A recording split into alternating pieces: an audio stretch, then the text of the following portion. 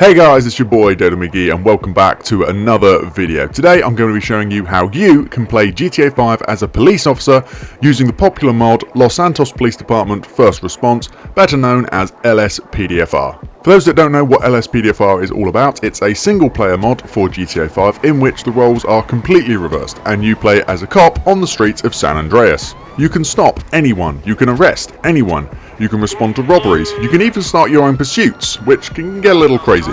What's more, the community is making a ton of new content for this mod every single day, so there's always a new experience to be had.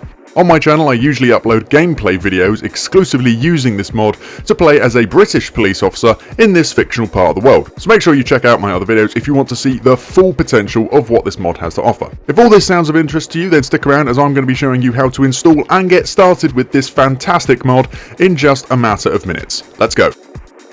To begin, we're going to need to download the mod itself, so head on over to LSPDFR.com. This is not a typo, it stems from the original mod being Liberty City Police Department made for GTA 4.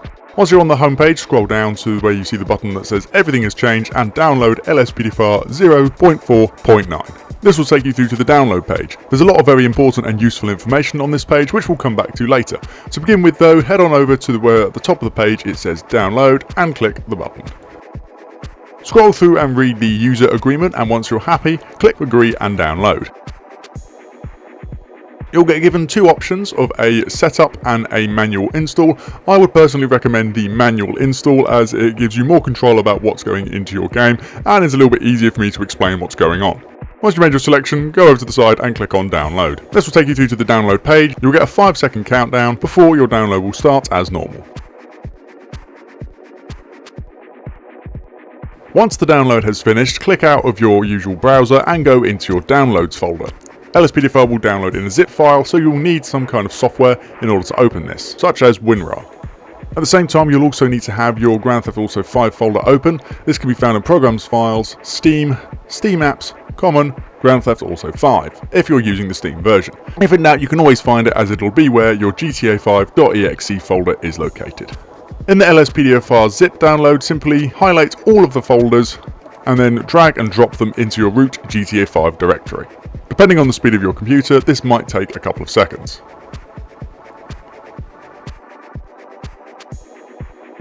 If you scroll up, you'll now see you will have all the additional files, including folders for LSPDFR and plugins. With all the files having been successfully put into your GTA 5 directory, the next thing we need to take a look at is RagePluginHook.exe. Rage Plugin Hook is what LSPDFR uses in order to work, and so we need to perform a first-time setup for it. Simply double-click on the RagePluginHook.exe file. A disclaimer will come up and it will warn you about asking for your firstborn, so make sure you read all of this, and if you're happy, click Accept at the bottom. This will start a first-time setup. Once the setup is finished, you will get presented with the settings page. In the bottom left hand corner, it will show you the current GTA 5 version that you have installed. If it is the correct version or one that it can use, it will show up in green. If it is out of date, it will show up red. On the general page, there are two settings. The console key, which by default is F4. This is the one that you will need to pay note to, and I recommend leaving it as F4 as it is what we'll be using a little bit later on. There is also the plugin timeout threshold, which is the time in milliseconds a plugin can block the game before it is terminated by Rage Plugin Hook. This is 10,000 by default, but I recommend upping it to 60,000 just to make sure that the game has plenty of time to deal with all the different things you'll be throwing at it. On the next tab is the Plugins tab, which the only one we have installed at the minute is LSPD First Response by G17 Media, and make sure that it is ticked. There's also an advanced settings menu and game settings. In the game settings, you can revert your game version to a previous one, and you can also make a backup of your current one, which I recommend doing at the start. This will take a couple of minutes. In the meantime, if we go back to LCPDFR.com, we can read some of these messages that are in red. The big message in red is saying that some antivirus software programs will mark LSPDFR as a virus, which is known as a false positive. Seeing as both LSPDFR and Rage Plugin Hook make extensive use of memory hooking in order to do what it does, your PC may flag this as a virus.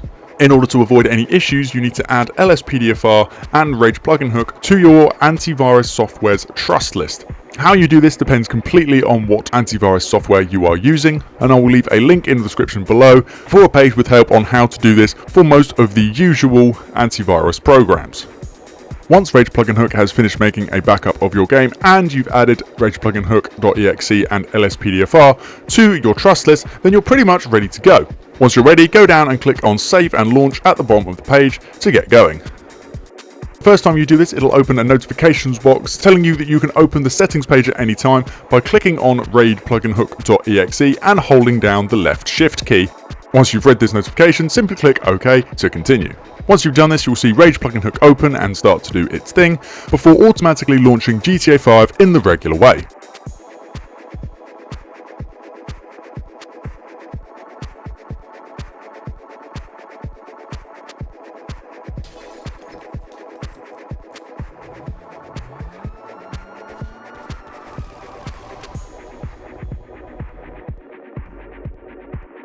The loading screen will look slightly different as it is a custom one by Rage Plugin Hook, and it will be showing you exactly what is loading at any given time.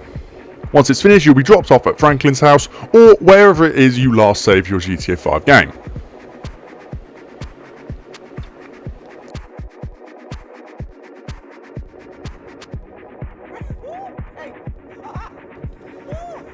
Once outside, you can open up the map and take a look. If you see little icons for police stations and jails, then that's a pretty good indication that LSPDFR has loaded just fine. The next thing we're going to take a look at is the Rage Plugin Hook console. If you hit F4 on your keyboard, it'll open up the console. If you enter Go to PD, it will take you to the downtown police station. If you type in part of this, it will bring up a suggestion that you can just hit Tab and Enter. This will automatically teleport you as soon as you come out of the console.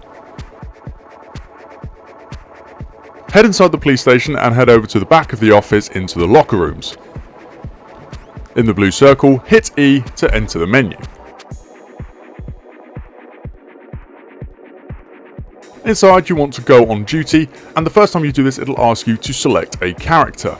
This is much the same, if not identical, to the GTA Online character creation, and so you can just go through and create your character of choice. For the purpose of this video, I'm just creating a generic character and demonstrating that it is much the same as what you might already be used to. Simply name your character and then on the menu hit enter to use. This will transport you back to the locker room and back into the locker room menu. If you go into Police Locker, you can start looking at all the different outfits you have available to you. The outfits are split up by agency, for example the Los Santos Police Department, Los Santos Sheriff's Department, San Andreas Highway Patrol, etc. Go ahead and select an outfit and a variation that you want to use. There are also different inventories and a customization option.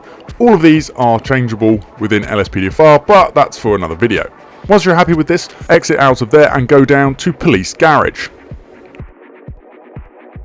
Once again, there will be a lot of vehicles available to you, split again by Los Santos Police Department, Los Santos Sheriff's Department, San Andreas Highway Patrol, etc. For now, we're going to stick with LSPD, and we're going to go with the standard Police Interceptor. You can change the livery, various components, and make small modifications. Once you're happy, hit Save and Continue. From there, you'll be transported outside, and a notification will tell you that you are on duty with the Los Santos Police Department. So there we are now fully installed and ready to play LSPDFR. If you're the adventurous type and would like to work out how to play for yourself, then you could end the video here, but I will recommend you to go and look at some of the instructions and key binding menus, which are available on lcpdfr.com. If you would like to know some of the basic controls and functions of LSPDFR, however, stick around and I'll show you how it's done. To stop any ped on foot, simply walk up so that you are near them and push and hold the E key. This will bring up a small menu in the top left hand corner showing you different things that you can do, such as interacting with them by hitting E. You can then cycle through this menu as normal using the arrow keys and clicking enter. For example, asking for his ID card to show that this is Chris Madison. If you want to arrest or detain someone, hold the E key and an animation will play putting them in handcuffs. You can then move this person by standing behind them and pushing E. Your player will then take hold of them by the arm and lead them to where you want them to go. To stop, push E again. You can perform a frisk or search of a person by standing directly behind them and holding down the Q key. This will again show a short animation and then show you various things that are found, in this case an ID card and some wet wipes. You can then ask the detained person to kneel down by pushing Q.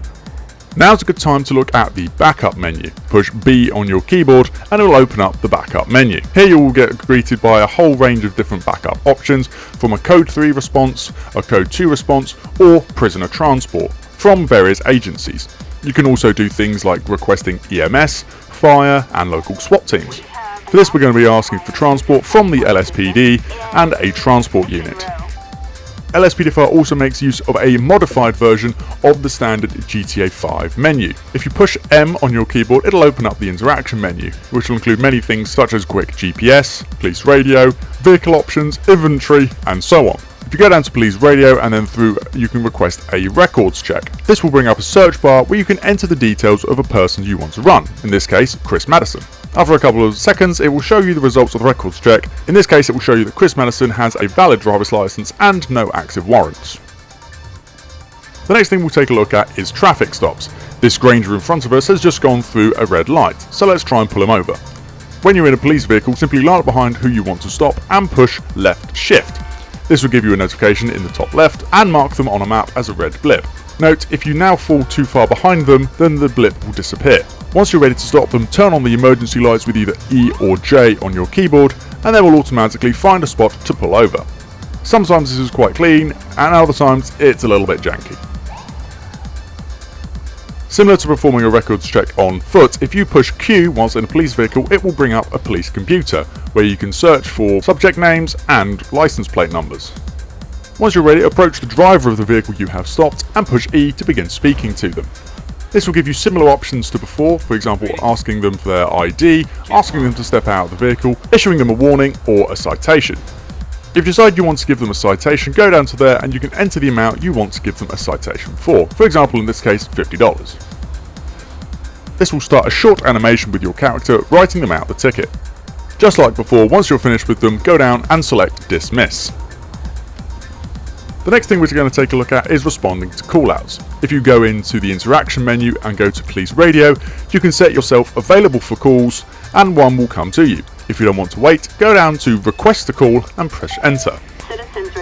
This will force the start of a random callout that you have available to you, and the dispatcher will give you a quick explanation of what it is and where it is. To accept the callout, push Y on the keyboard. This will automatically set you a GPS route and trigger almost like a mini mission with various instructions given at the bottom of the screen. As you get closer, you can call for different backup units, and in this case we can see we've got 2 suspects fleeing the scene. With any of these callouts you can deal with them exactly as you see fit, and no 2 callouts usually end up being exactly the same.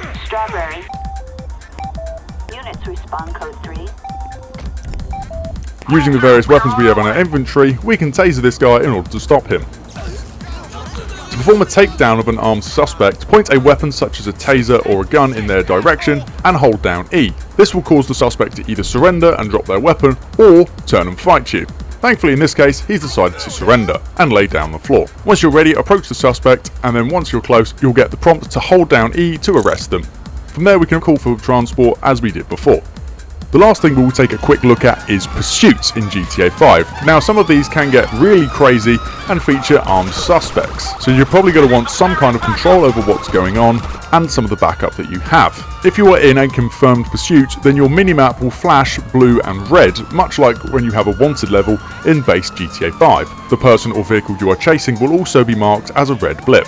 In an active pursuit, if you push the B key, you will get a further option for pursuit backup, where again you can ask for various agencies, patrol units, SWAT units, and even a police helicopter.